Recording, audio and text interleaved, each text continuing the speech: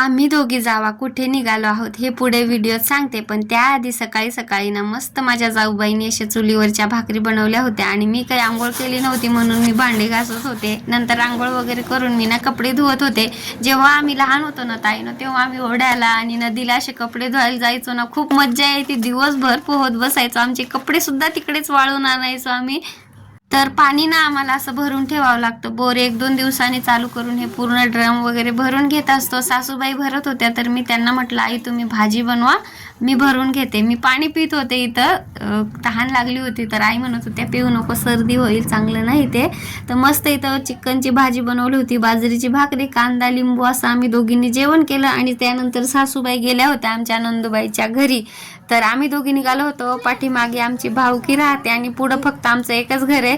तर सगळे काका सासरे ते माझे पाठीमागे असल्यामुळे ना मी सगळ्यांना मग जायच्या आधी भेटून जात असते.